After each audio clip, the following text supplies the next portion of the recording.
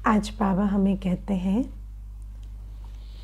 तुम शिव बाबा के पुत्र, ब्रह्मा बाबा के बच्चे हो, तो फिक्र किस बात की करनी है। ठीक है, तो बाबा कहते हैं हम कौन है? शिव बाबा के पुत्र हैं। शिव बाबा हमारे दादा हैं।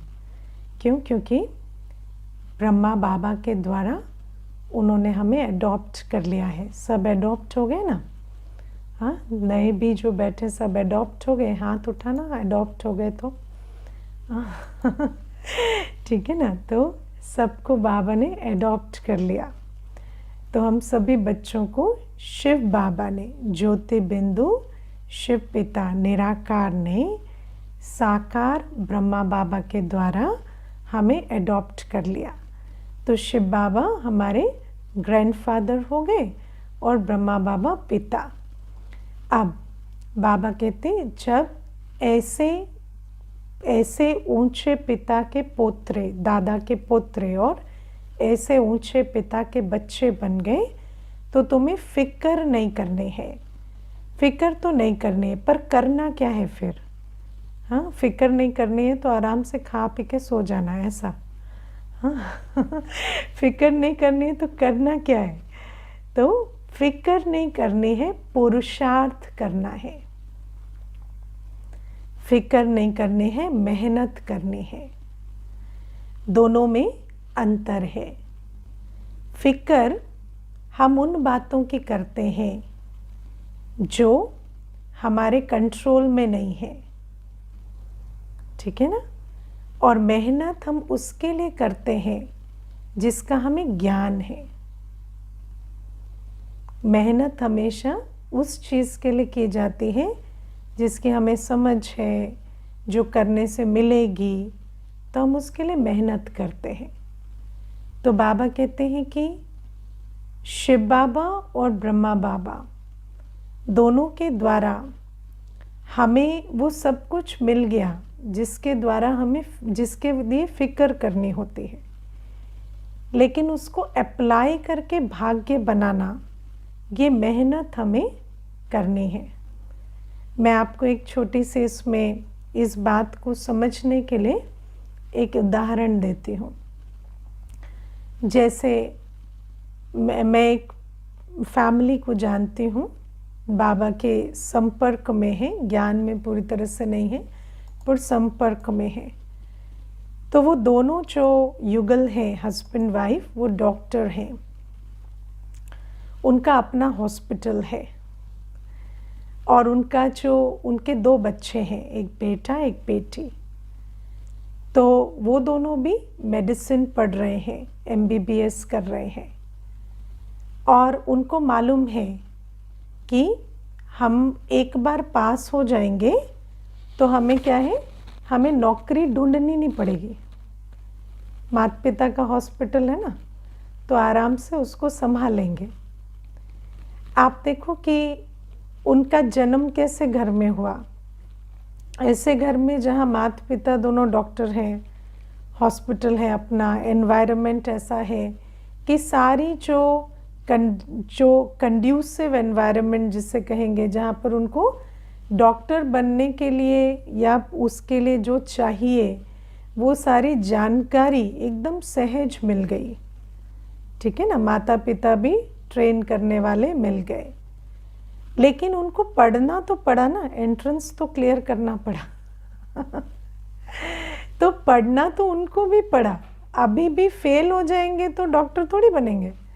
तो पढ़ना भी पड़ा, एंट्रेंस भी क्लियर करना पड़ा, और पास हो जाएंगे तो फिर जॉब भी लग जाएगी। लेकिन पढ़ना पड़ा, एंट्रेंस क्लियर करना पड़ा, अभी भी पास होने के लिए मेहनत तो करनी पड़ेगी। लेकिन पहले का और बाद का जो फिक्र वाली बात होती है, जैसे व्यक्ति होता है ना जिसके इतने रिसोर्स वाले पेरेंट्स ना हो, तो फिर वो क्या सोचेगा कि अभी मैं पढ़ भी लूँ, मेरी रैंक आ भी जाए, तो पता नहीं माता पिता मेरी फ़ीस अफोर्ड कर पाए या नहीं, है ना? या सोचेगा कि मान लो मैं पास भी हो गया तो पता नहीं मेरी नौकरी लगेगी या नहीं। तो वो जो फिक्र वाला एलिमेंट है वो अलग होता है, और मेहनत अपनी जगह होती है। मेहनत तो दोनों को करनी पड़ती है, जिसको भाग्य मिला है उसको भी मेहनत करनी पड़ती है, और जो भाग्य बना रहा है उसको भी मेहनत करनी पड़ती है। लेकिन आज का गीत देखो, बाबा क्या कहते हैं, तकदीर जगा कर आई हूँ। तो हम बच्चों की तकदीर ऑलरेडी जगी हुई है, हम भाग्य लिखा कर आए हैं। हमारे को शिव बाबा मिले, ब्रह्मा बाबा मिले, हमें सब खजाना, सारी सामग्री उन्होंने दे दी है ना। ज्ञान, गुण, शक्तियाँ, योग की विधि, धारण क्या करना है, सेवा कैसे करनी है, पुण्य का खाता जमा कैसे करना है, हमें सब कुछ सिखा दिया। कल की मुरली में बाबा ने स्पष्ट बताया कि तुम्हें क्या क्या फ्री में मिला, जिसके लिए लोग बहुत मेहनत करते हैं, है ना। तुम्हें पिता के रूप में मैं खजाने दे रहा हूँ, वर्षा दे रहा हूँ, पालना दे रहा हूँ।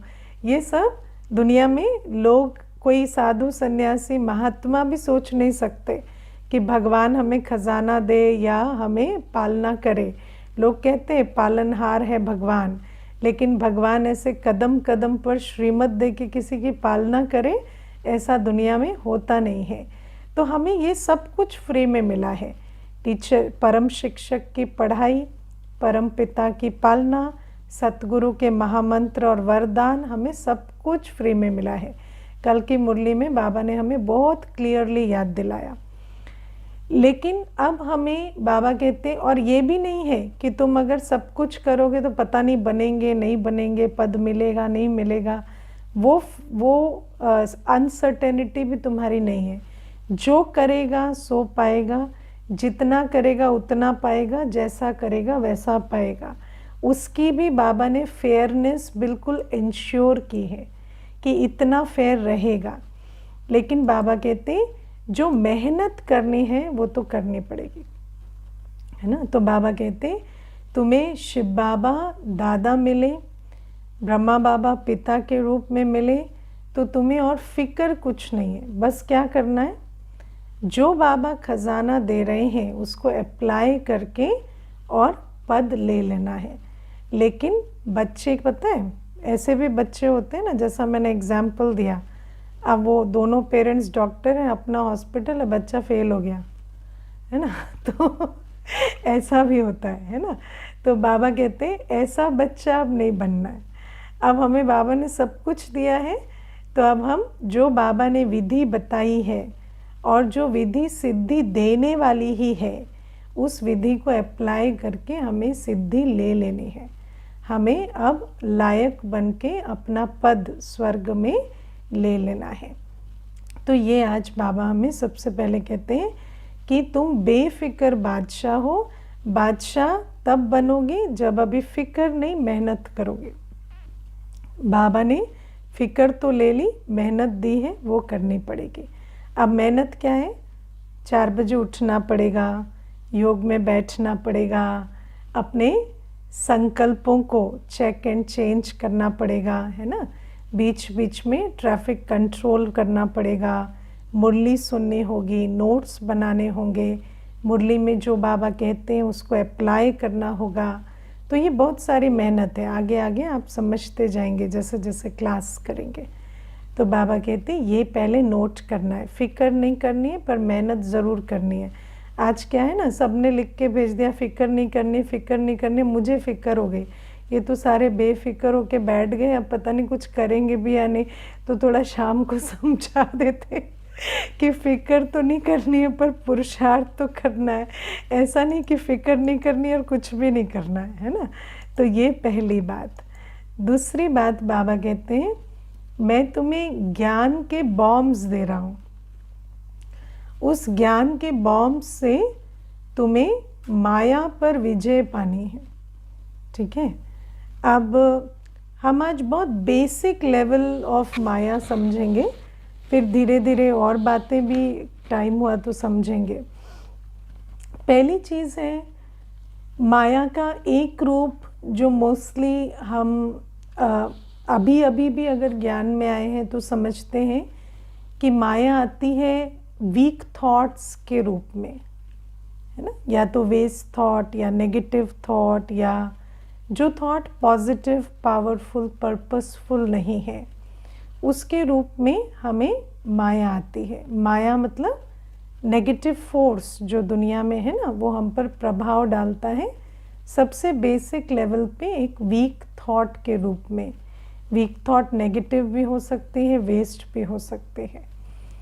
अब बाबा ने हमें ज्ञान के बॉम्ब्स दिए हैं माया पर विजय प्राप्त करने के लिए। आपने वो जो पुराने माइथोलॉजिकल सीरियल्स होते हैं उसमें युद्ध दिखाते हैं ना, देखिए युद्ध कैसे दिखाते हैं। हाँ, राम की सेना ने एक तीर छोड़ा, फिर रावण की सेना ने भी एक तीर छोड़ा, फिर वो कहीं आसमान में टकराए, फिर जिसका तीर ज़्यादा शक्तिशाली था उसने दूसरे वाले को ख़त्म कर दिया, और फिर वो तीर जाकर लग गया। ऐसे युद्ध होती है ना। तो अब बाबा हमें कहते हैं कि माया भी तीर चलाती है ना। कैसे होता है, एक सीन देखी हमने, एक किसी का बिहेवियर देखा, तो हमारे मन में एक थॉट आता है। फिर अगर उस थॉट को आप ख़त्म नहीं करेंगे तो थॉट क्या बन जाएगी, फीलिंग। फीलिंग क्या बन जाएगी, एटीट्यूड। एटीट्यूड क्या बन जाएगा, एक्शन, है ना। तो जो हमने पहली क्लास में समझा वो पूरी चेन वहाँ से स्टार्ट हो जाएगी, और धीरे धीरे पता भी नहीं चला ये हमारा संस्कार बन चुका है। तो बाबा हमें कहते हैं कि वो जो माया तीर चलाती है एक नेगेटिव थॉट का, या एक कमज़ोर संकल्प का, या एक वेस्ट थॉट का, तो उसका जो तोड़ है, उसका जो उससे युद्ध करने वाला जो विचार है, वो एक ज्ञान जो बाबा हमें देते हैं ना, उन ज्ञान का एक संकल्प, ज्ञान की पॉइंट्स से निकला हुआ एक शक्तिशाली संकल्प, या एक शक्तिशाली विचार, या एक सत्य विचार जो उस कमज़ोर विचार को ख़त्म करता है। ठीक है। और ये युद्ध कहाँ होती है, मन में, है ना। मन में पुराने संस्कारों के आधार से एक कमज़ोर संकल्प आता है, और मन में बुद्धि के आधार से, अभी बाबा का ज्ञान बुद्धि में रखेंगे ना, तो बुद्धि की तरकश में अगर अच्छे से तीर जमा करके रखा है, इसीलिए आज बाबा ने क्या कहा, नोट्स लिखो। मुरली में बाबा ने क्या क्या बताया उसको नोट करके रखो। नोट कहाँ करके रखें, नोटबुक में भी नोट करो, और फिर उसको बार बार नोटबुक से बुद्धि में भी लाओ, तो फिर आपकी तरकश भी भरी रहेगी, है ना, तीरों के साथ, कि आज बाबा ने ये पॉइंट दी है, ये पॉइंट दी है, ये मुझे मालूम है, ये याद है। तो जब वो तरकश भरी रहेगी, तो जैसे ही एक कमज़ोर विचार आया, किसी परिस्थिति के कारण ट्रिगर हुआ, किसी व्यवहार के सम्मुख ट्रिगर हुआ वो वीक थॉट, तो यहाँ से एक पॉजिटिव, पावरफुल, नॉलेजफुल थॉट आपने क्रिएट किया मुरली के आधार से। लेकिन कब क्रिएट करना है,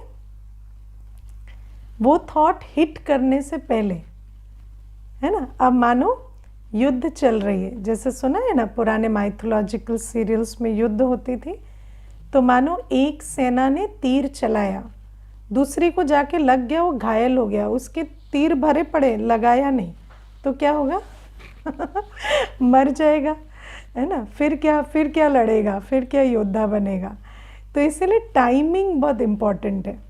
अभी पता है भाई बहनें क्या कहते हैं, दीदी पता है याद तो आया, बाबा ये कह रहे थे, लेकिन कब याद आया, जब पूरी तरह से थॉट फीलिंग बन चुकी थी, कर्म में आ चुके थे, है ना, सारी गड़बड़ कर दी थी, उसके बाद याद आया, नहीं आज तो बाबा ने मुरली में मना किया था ये करने को है ना। तो याद कब आता है, जब पूरा दूसरी जो सेना है उसने हमें घायल कर दिया है, तो उसका कोई फ़ायदा नहीं होता। लेकिन ठीक है, जब हम शुरू में युद्ध करेंगे तो क्या होगा, कम से कम घायल होने के बाद याद आएगा कि ये वाली स्ट्रेटजी से जीतते, है ना। तो बाबा कहते हैं अब धीरे धीरे प्रैक्टिस करो, प्रैक्टिस करके इतना अपने अंदर वो जो बाबा के ज्ञान के संकल्प है ना, उनको इतना रेडी रखो कि कोई वेस्ट या नेगेटिव थॉट हिट करने से पहले मुझे ये वाला संकल्प आए, ये वाला थॉट मैं क्रिएट कर सकूं। मैं आपको अभी कुछ दिनों पहले का एक अनुभव सुनाती हूँ। एक भाई मुझे कहते हैं कि मैं अभी कोर्स कर रहा हूँ ना दीदी, तो मैं बिज़नेस करता हूँ, तो क्लाइंट्स आते हैं, है ना, दुकान में। तो जब स्टोर में क्लाइंट्स आते हैं तो क्या होता है, कई बार किसी क्लाइंट को चीज़ पसंद नहीं आई तो वो सिर्फ नहीं खरीदते, ऐसा नहीं होता, बहुत उल्टा सीधा भी बोल देते, है ना। आप लोग तो फ्रॉड हैं, चीट हैं, ठग हैं, पर्सनल हो जाते हैं दीदी, बहुत ऐसी ऐसी बातें बोल देते हैं, अच्छा नहीं लगता सुनने के लिए। तो मैं बहुत अपसेट हो जाता हूँ, क्योंकि मैंने ये बिज़नेस बहुत मेहनत से, बहुत पैशन से खड़ा किया है। तो मुझे कोई प्रोडक्ट के बारे में ऐसे कह दे कि आप लोग चीट करते हो या आपकी क्वालिटी अच्छी नहीं है, तो मुझे अच्छा नहीं लगता। तो मैंने उसको कहा कि आप जब किसी क्लाइंट के सामने होते हैं तो आपको समझ में आता है वो एक आत्मा है ना। तो वो कहते हैं अभी धीरे धीरे मैं ज्ञान में समझ रहा हूँ। तो मैंने उनको कहा आपको पता है आत्माओं का क्या हाल है आज हर आत्मा बहुत डिप्लीटेड है ना, दुखी है, परेशान है, लो एनर्जी में है। और जो लो एनर्जी में होता है वो कैसा बिहेव करता है, बैड बिहेव करता है ना। आप जब लास्ट टाइम बहुत लो एनर्जी में थे तो कैसा बिहेव कर रहे थे, बहुत अच्छी बातें कर रहे थे, खुशी से सबसे बात कर रहे थे, नहीं ना। बैडली बिहेव करते हैं जब हम गुस्से में होते हैं, फ्रस्ट्रेशन में होते हैं, दुख में होते हैं, हम बैडली बिहेव करते हैं। तो जब कोई बैड बिहेवियर में एंगेज कर रहा है तो आपको रहम दिल होना है, और ऐसे नहीं कि उसको उसके प्रति नाराज़ होना है, रहम दिल होकर उस आत्मा के प्रति वो दृष्टि रखनी है। तो अभी कल मुझे सुना रहे थे कि दीदी अब पता है कोई भी स्टोर में आता है उल्टा सीधा बोलता है तो मुझे याद रहता है ये तो वीक आत्मा है और इनके प्रति कंपैशनेट होना है। तो मैं कंपैशनेट होता हूँ और मैं उनको बोलता हूँ आपने जो भी हमें बातें कही वो हमने नोट की है, हम इम्प्रूव करेंगे, and I am thankful you visited, आपने अपना समय लगाया, and hope we will serve you better in future, है ना। तो ऐसे करके मैं उनको बाहर छोड़ आता हूँ। फिर मुझे कहता है कि अब दीदी मैं आपको एक इसमें और बात बताऊँ कि ये तो है ही कि मैं अफेक्टेड नहीं होता या मैं अच्छे से रिस्पॉन्ड कर पाता हूँ, लेकिन सबसे बड़ी बात है मेरे ऐसे बहुत सारे दोस्त हैं जो ऊपर से तो वैसे रिस्पॉन्ड कर लेते हैं, ऊपर से तो कह देते हैं कि हमने आपके पॉइंट्स नोट किए हैं या आप दोबारा आइए, हम we will serve you better, लेकिन अंदर वो उनके प्रति रहम नहीं रखते, अंदर बहुत बिटरनेस होती है, अंदर गुस्सा आ रहा होता है, ऊपर से वैसे शब्द कह देते हैं। तो जैसे मैं अब क्या हो रहा है कि ऊपर से भी प्यार से रह पा रहा हूँ और अंदर भी कोई बिटरनेस नहीं है। तो मैं सारे दिन के बाद जब रात को सोने जाता हूँ तो मेरा मन जैसे बिल्कुल शांत है, मुझे ऐसा लगता है मेरा पूरा दिन बहुत अच्छा बीता है। तो बाबा हमें कहते हैं देखो ये एक एग्जाम्पल है कि आप कैसे ज्ञान की पॉइंट से माया को परास्त कर सकते हैं। माया जो आपका मूड ऑफ करती है, माया जो आपको दुख लेना सिखाती है ना, क्योंकि माया के कई वेपन्स हैं। माया आपसे पाप कर्म कराती है, माया आपका टाइम वेस्ट कराती है, माया आपको दुख लेना सिखाती है। माया के कारण आप बहुत सिचुएशंस में दुखी होते हैं, अपसेट होते हैं, इरिटेट होते हैं, नेगेटिव बिहेवियर में जाते हैं।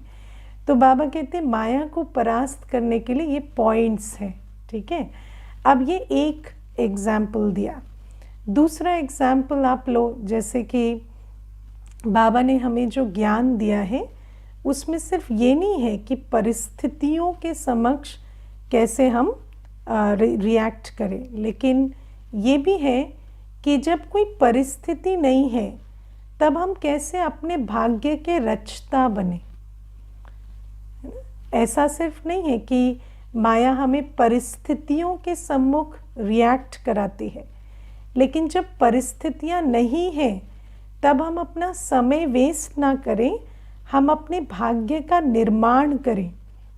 ये भी बाबा हमें सिखाते हैं, है ना। जैसे दुनिया में तो यही सोचते हैं कि भगवान को कब याद करो, जब कोई बुरी सिचुएशन है, और जब बुरी सिचुएशन नहीं है तो खाओ पियो मौज करो, है ना। अभी डांडिया करो, गरबा करो, है ना, और भगवान के नाम पे भी करो, ठीक है। लेकिन बाबा हमें कहते हैं डांडिया करो, गरबा करो, वो प्रॉब्लम नहीं है, लेकिन ये याद रखो कि जब सिचुएशन नहीं है, जब कोई अनफेवरेबल सिचुएशन नहीं है, सब कुछ ठीक चल रहा है, तो वो समय है तुम्हें भाग्य बनाने का, है ना।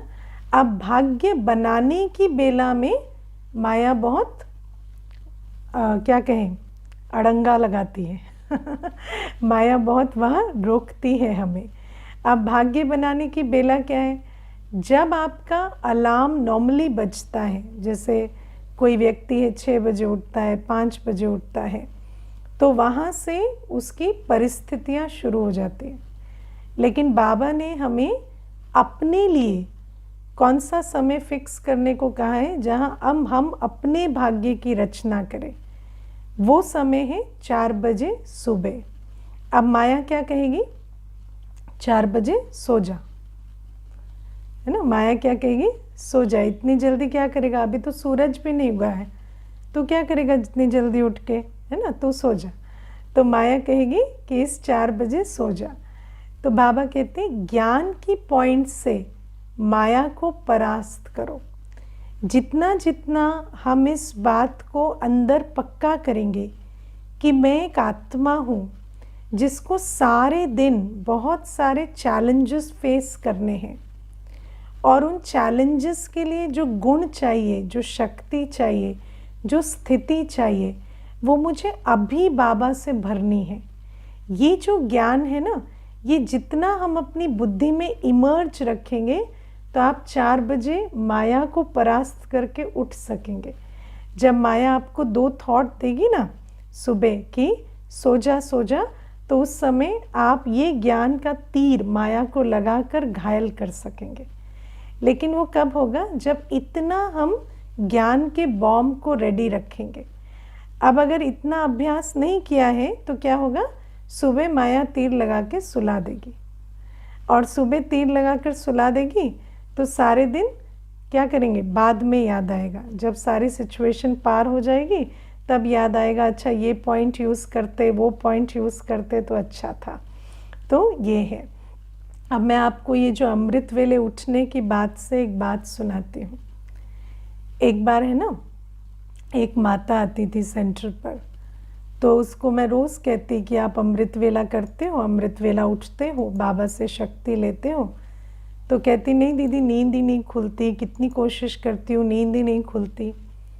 फिर कुछ दिन के बाद ना मुझे कहने लगी अब से तो रोज़ अमृत वेला हो रहा है मेरा, है ना। तो मैंने कहा कैसे हो रहा है, अब अमृत वेला एकदम से उठ जाते हो आप। तो मुझे कहती हाँ, वो एक्चुअली क्या हुआ ना दीदी, कि जो पानी आता है घर में, जो सप्लाई का पानी, वो पानी अब 4 बजे आता है। सप्लाई का पानी 4 बजे आता है, और वो लगभग वही 45-50 मिनट आता है। तो अब मुझे मोटर ऑन करनी पड़ती है, तो मैं 4 बजे मोटर ऑन करके बैठ जाती हूँ बाबा की याद में, और फिर 50 मिनट उसमें चले जाते हैं याद में, और फिर मोटर बंद करके सो जाती हूँ। तो मेरा रोज़ का अमृत वेला अब पक्का हो गया है। तो मैंने कहा पहले तो आप उठ नहीं पाते थे, फिर अभी क्या सोचते हो कि क्या संकल्प लेते हो, क्या सोच के सोते हो, या उठते समय ऐसा कौन सा थॉट है जो आपको उठाता है। तो मुझे कहती है जैसे ही 4 बजते हैं ना, मुझे याद आता है अरे अभी पानी नहीं भरा ना तो सारे दिन टैंक खाली रहेगी, नल खाली रहेंगे, बड़ा मुश्किल हो जाएगा। तो उस डर से मैं उठ जाती हूँ।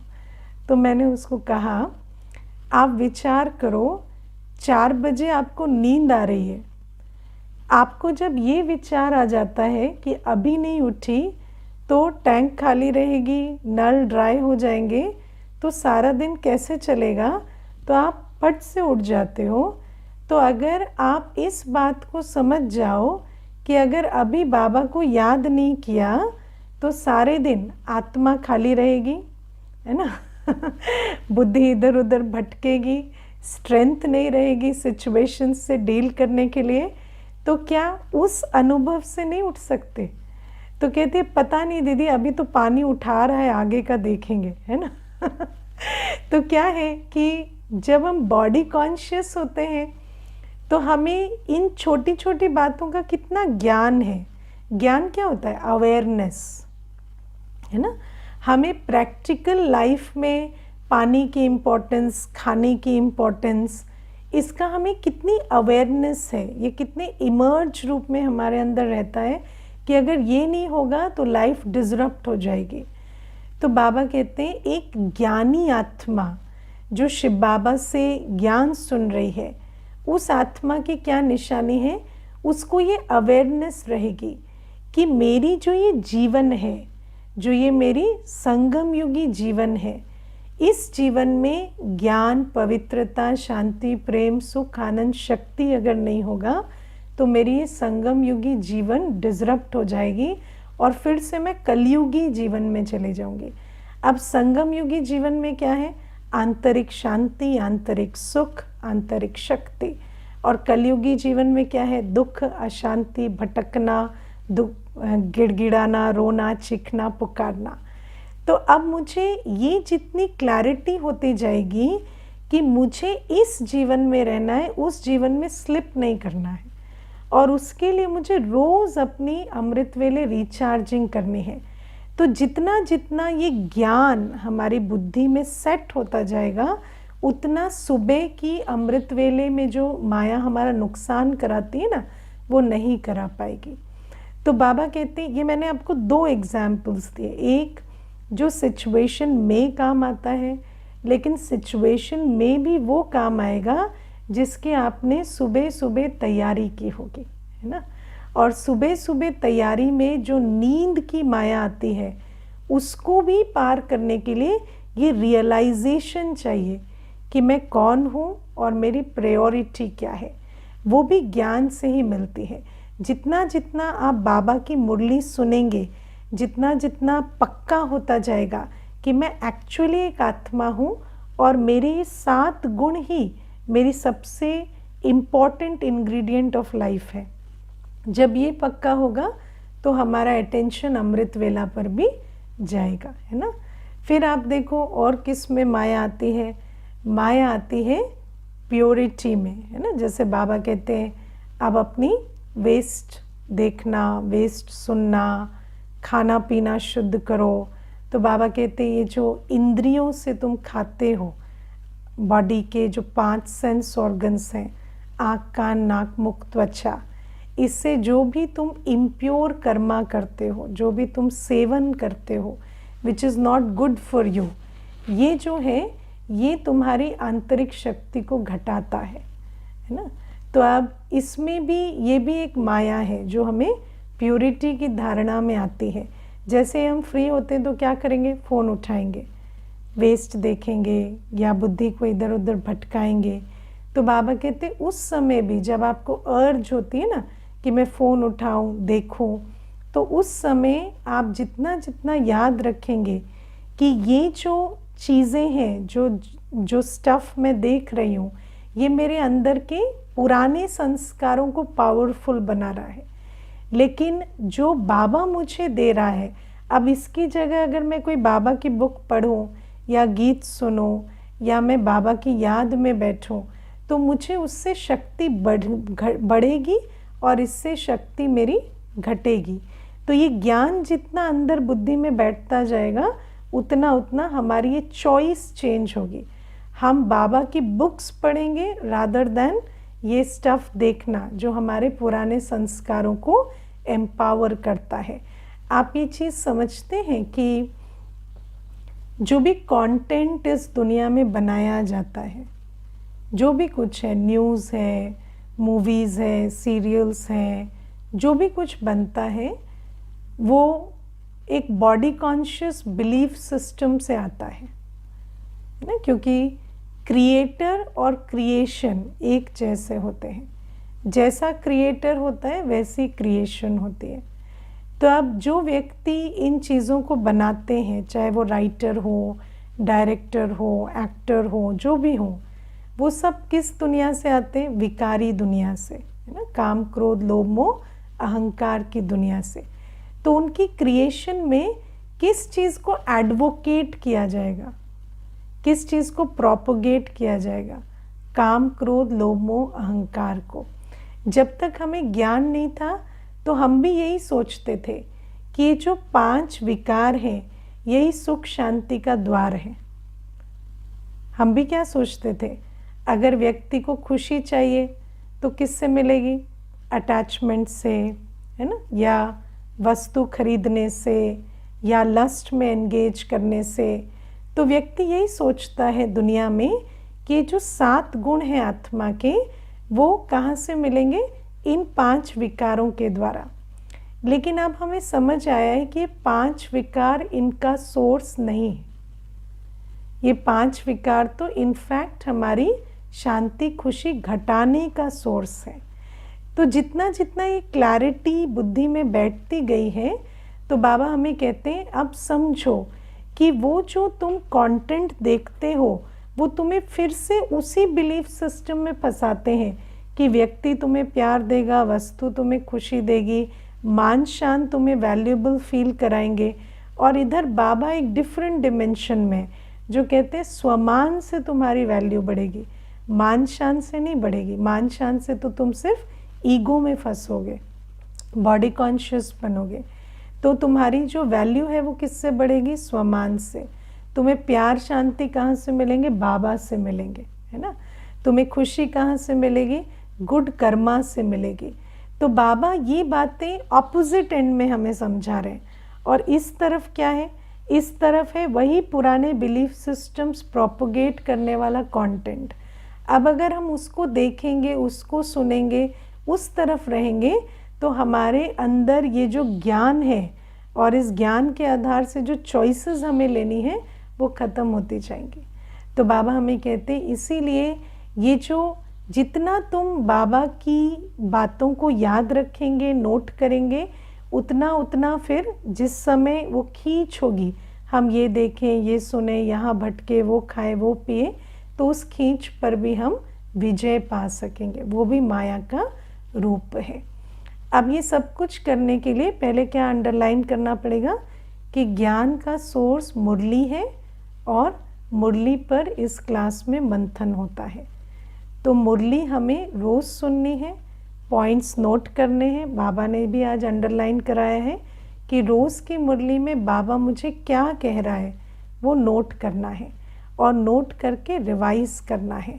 जब आप मुरली सुनते हैं, 5 बजे टेलीकास्ट होती है मुरली ऑनलाइन यूट्यूब चैनल पर, है ना। सबको यूट्यूब चैनल का लिंक मिला है, उसको सब्सक्राइब करके आप 5 बजे सुबह मुरली सुनेंगे। अगर आप उस समय नहीं सुन रहे तो सारे दिन में कभी भी मुरली सुनकर फिर मंथन की क्लास में बैठेंगे और मुरली सुनते समय पॉइंट्स को नोट करेंगे। जो भी पॉइंट आपको समझ में आई उसको नोट करेंगे।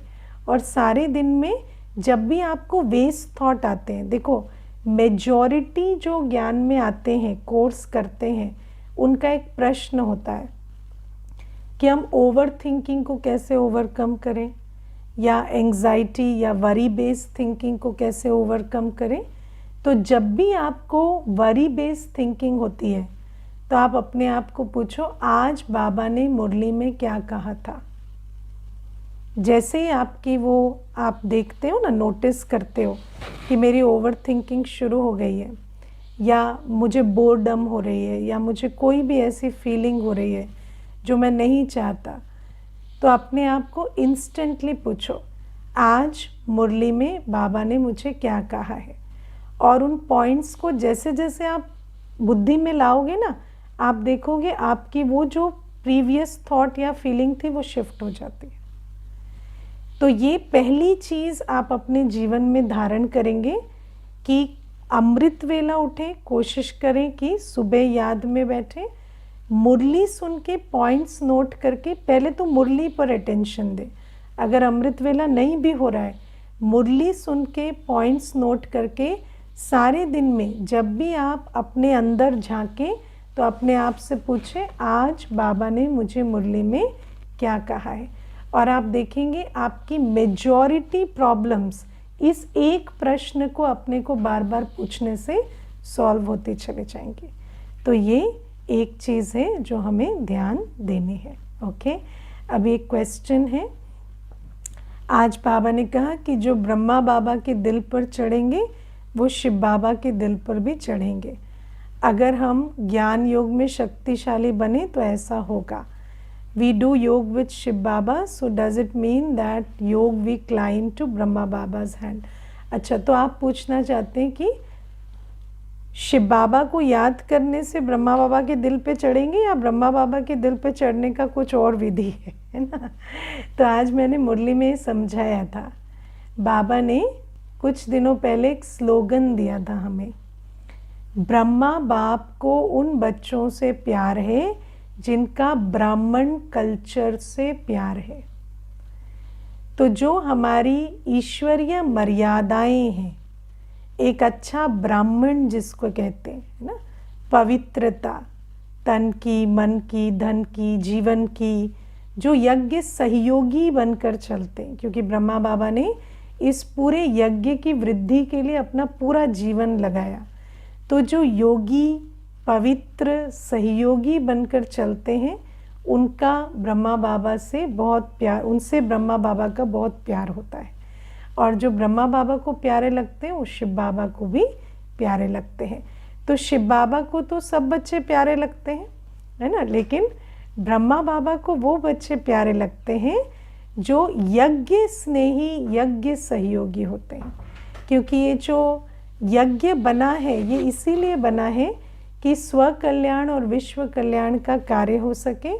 तो जो बच्चे यज्ञ स्नेही, यज्ञ सहयोगी होते हैं, क्योंकि यज्ञ की सारी जिम्मेवारी रचना की, संभाल की शिव बाबा ने ब्रह्मा बाबा को दी, और ब्रह्मा बाबा ने जो भी हमें सिखाया, चाहे वो पवित्रता है, चाहे सहयोग है, चाहे संगठन की शक्ति है, जिस आधार से ये यज्ञ वृद्धि को पाता है, जो बच्चे उस बात को ध्यान रखते हैं उनका उन पर ब्रह्मा बाबा का बहुत प्यार होता है और शिव बाबा का भी होता है ना। अच्छा, साक्षात्कार और विजुअलाइजेशन में क्या फ़र्क है? साक्षात्कार ड्रामा अनुसार होता है, साक्षात्कार एफर्ट से नहीं होता। विजुअलाइजेशन हम खुद करते हैं। जैसे मैंने एक थॉट क्रिएट किया, उसका विजुअल बनाया, ये मेरा अपना एफर्ट है। लेकिन साक्षात्कार में अपना एफर्ट नहीं होता, साक्षात्कार ड्रामा अनुसार होता है। साक्षात्कार ना आप एफर्ट से कर सकते हैं, ना उसमें कोई एफर्ट का एलिमेंट होता है। लेकिन विजुअलाइजेशन आप जब चाहें, जितनी देर चाहें कर सकते हैं। ओके, ओम शांति।